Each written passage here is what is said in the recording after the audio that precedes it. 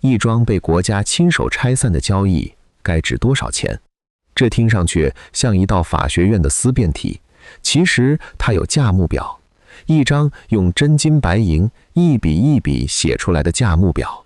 先看这张表 ，TikTok 的美国业务，在禁令落下之前，市场对它的估值普遍在500亿美元以上。2026年1月，剥离交易正式闭环，成交价140亿。Grindr 被美国外资投资委员会勒令限期出售。Stay in touch 一纸总统令给了120天的清盘期。限期本身就是一台折价机器，两桩交易最终的成交价都明显低于从容出售时的行情。太平洋这一侧也有几桩广为人知的交易，在监管落地之后，经历了漫长的整改与重估，从巅峰时的估值到后来回购或退市时的定价，折价70%到90%，我们不逐一点名，因为今天要谈的不是任何一次监管的对错，而是所有这些价格共同遵守的那条规律。还有一条更狠的，一旦企业创始人传出出境受限的消息，其海外授信与估值的折损往往是斩首式的。这是市场为国家的手标定的历史价格，规律简单的近乎公理，干预必有折价，折价写在行情屏上，人人看得见。国家不拆交易，改成自己入股的时候也有价目表。法国政府在阿尔斯通身上握着一枚黄金股，空客的账上叠着多国政府的持股。市场研究常年把这一类安排量化为1到2成上下的治理折价。2008年，美国财政部救助通用与 AIG 退出时，也不得不接受快速配售的折让。折扣有大有小，但方向从不含糊。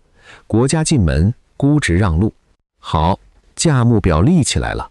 现在把今年的2个价格放上去。2026年4月27日，据路透等媒体报道，国家发改委下设的外资安全审查机构公告，要求 Meta 撤回对 AI 创业公司 Manus 已经交割完成的20亿美元收购。在公开报道的视野里，这是极其罕见的一幕，一桩木已成舟的跨境科技并购被要求原路退回。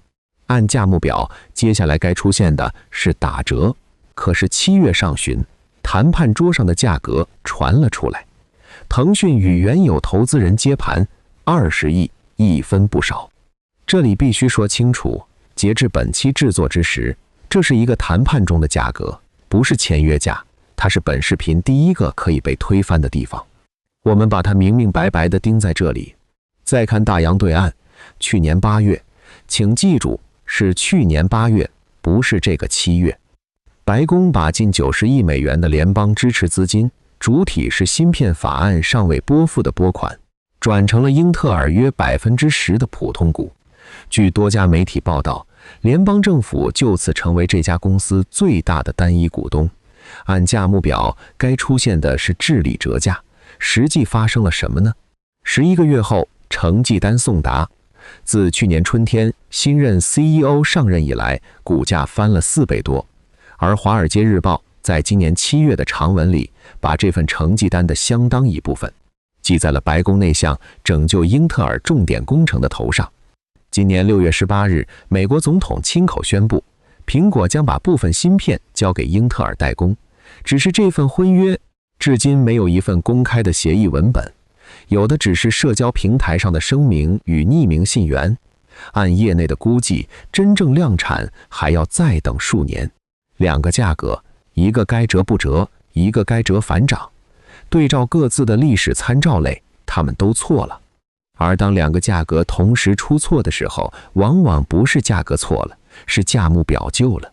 先看英特尔为什么涨，看条款，政府拿的是普通股，不要董事会席位，承诺跟随董事会的建议投票，只在极有限的情形下例外。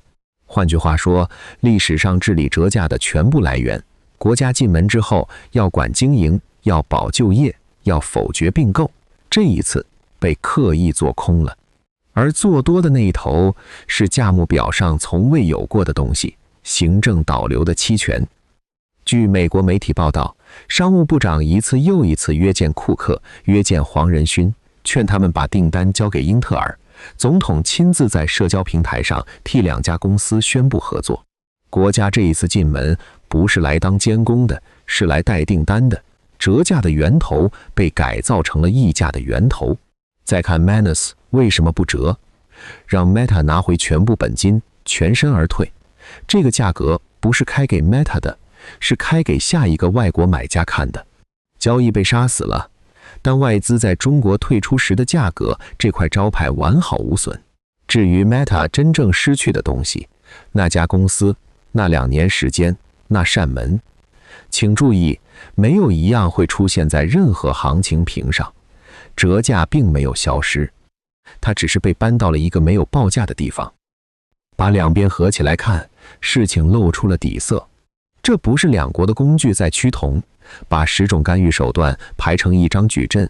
美国那一列写着公开的资本、采购、合规、市场准入；中国那一列写着行政裁量、交易重构、人身约束、境内准入。两列各自空着3、4个格子。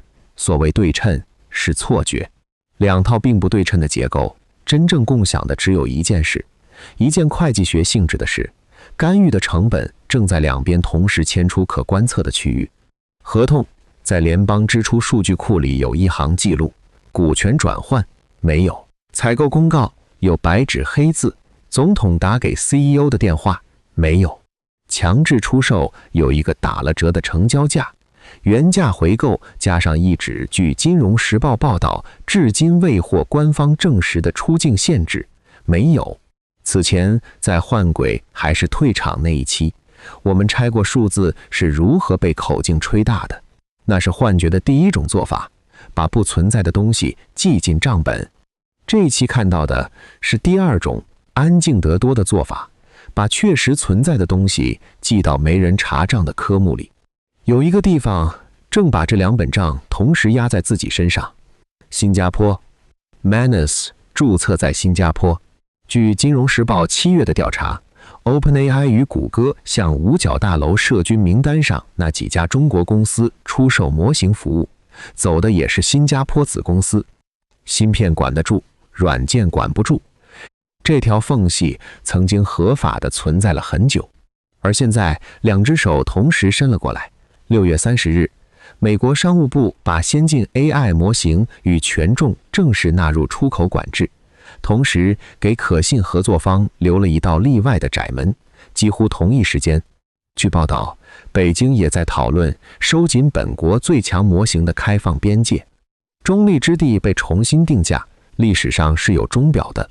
香港从中英谈判开启到联系汇率落地，用了13个月。瑞士从布雷顿森林会议放出清算信号，到在华盛顿协定上签字认账，用了22个月。芬兰从冷战解冻到废约入欧，用了6到7年。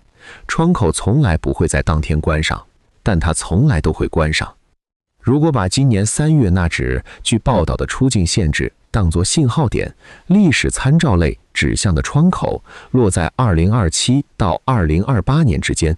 这里存在变数，这枚时钟锁定的变量是两边的收紧会不会继续写成白纸黑字的规则。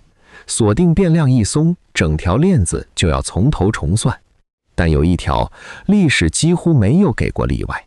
最先被重新定价的，永远是流动性最好的那一层，账户、通道，还有 ADR 身上那一层薄薄的溢价。说到这里，有3件事必须原样告诉各位。第一，英特尔的溢价可能根本不是国家资本的定价，而是苹果订单的定价。它的代工业务过去4个季度亏了104亿美元，量产要等数年。订单的预期与国家的背书，总有一天要在财报里分道扬镳。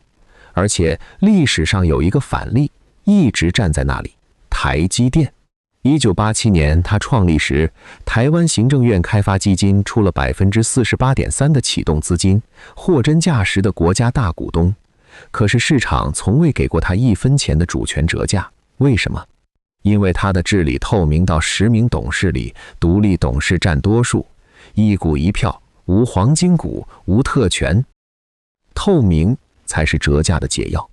这个反例非但不推翻本视频，反而替本视频把话说完了。折价从来不住在国家这两个字里，它住在不透明里。第二 ，Manus 的零折价是谈判中的价格，最终签约价高于还是低于20亿，是对本视频最直接的裁决。第三，英特尔式的股权转换至今是孤立，官方去年8月就明确表示不会向台积电与美光提出同样的要求。到今年8月22日，那笔交易满1周年，如果12个月里没有出现第二例，那么股权工具常态化的说法就要降级，而另一句更朴素的话要升格。在这套新玩法里，电话比股权更常用。回到那两个价格，一条命令，两种读法那一期的结尾，我们留过一盏灯。第一个同类会不会拿到一张写了名字的例外？6月底，灯亮了，具名的许可发了出来，管制随即解除，比多数人预期的都快。可是灯亮起来的那一刻，照见的是一片更大的暗处。当折价从行情屏迁入账外，当例外以写名字的方式发放，当两个互相指责对方搞国家资本主义的国家，不约而同地学会了让干预的成本隐身，为跨境 AI 资产定价的人手里那张价目表还是旧的。拿一张旧价目表去给一个新世界定价，与刻舟求剑并无二致。所以回到开头那个问题，一桩被国家亲手拆散的交易该值多少钱？也许真正该问的已经不是折价多少，而是下一次当你看到一个不肯付账的价格，你会不会想起账单并没有消失，它只是换了一个收件人，而那位新的收件人此刻或许还不知道自己的名字已经写在了信封上。